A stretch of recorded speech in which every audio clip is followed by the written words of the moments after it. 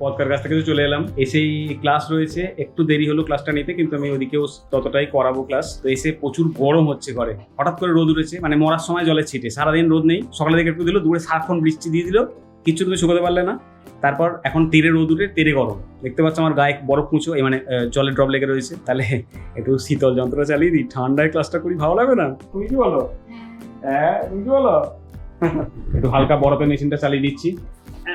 এই এক, এই দুই, এই টপাস। দেখো যা দুর্দিন পড়েছে, আমরা একটা টিউবলাইট অর্ধেক করে সংরক্ষণ করছি ইলেকট্রিসিটি। দেখো হাফ জ্বলছে, হাফ বন্ধ হয়ে গেছে, আবার যখন এদিকটা জ্বলবে এদিকটা বন্ধ রাখবো। বুঝতে পারছো সিস্টেমটা? আমরা একটু অন্যরকম ভাবে ভাবনা চিন্তা করছি, সেভ ইলেকট্রিসিটি, আমরা এটা মেনে চলছি। ভুল করে আমি কেউ ভেবো না টিউবলাইটটা খারাপ হয়ে গেছে বলে হাফ বন্ধ হয়ে গেছে, সিস্টেম এটা ইলেকট্রিসিটি সেভ করছি।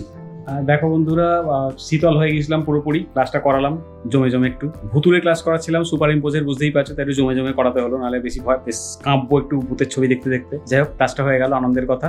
তারপর কুঁচোরা চলে এসেছে, মানে ছোটরা চলে এসেছে, ওদের পড়ানো রয়েছে, চটপট পড়িয়ে নেবো। রাতে অনেক বড় দায়িত্ব নিয়েছি, 3টে বোতলই ফাঁকা, 3টে বোতল ভর্তি করে আবার যত রাতে হোক দিয়ে আসতে হবে, নাহলে পদকার স্নানের জল খাবার জল দুটোই অভাব পড়বে। দেখো বন্ধুরা, পড়ানো তো শেষ, এবার 3 বোতল জল রেডি করার আছে, অন্তত 2 বোতল রেডি করতে হবে, একটা খাবার জলের বোতল, একটা স্নানের জলের। 10-15 হয়েছে, এর মধ্যে আমার 3 বোতল জল রেডি করে ফেলতে হলো। দেখে নিই আমরা কি কি নিয়ে যাচ্ছি তাহলে। দেখো মায়ের কিছু ড্রেস রয়েছে, এই যে 2টো স্নানের জল, এটা খাবার। 2টো স্নানের জল আমাকে আর করতে হয়নি, মা করে নিয়েছিল, মানে আমার মা করে নিয়েছিল, তাই একটু তাড়াতাড়ি হলো। আমি শুধু বিসলেরির জলটাকে ফুটিয়ে নিয়েছি, নিয়ে ফ্লাস্কে ভরে নিয়েছি। দেখা যাক, চলো তাহলে আমরা আবার যাই পদকার কাছে রাত দুপুরে জিনিস দিয়ে আসতে। দেখো বন্ধুরা, গিয়েছিলাম পদকার দাদুর বাড়িতে, গেটার খুলে নিই, বাইরে দিয়ে বোতলগুলো দিয়ে দিলাম, দিয়ে ব্যাগ খালি করে মায়ের ড্রেসগুলো দিলাম, জলগুলো দিলাম, জিজ্ঞাসা করলাম, বললো পদকা ঘুমাচ্ছে, তাই আর ভিতরে যাইনি। চলো চটপট বাড়ি ফিরে যাই। দেখো বন্ধুরা, এখন মোটামুটি 12:40 বাজে, দেখে নাও।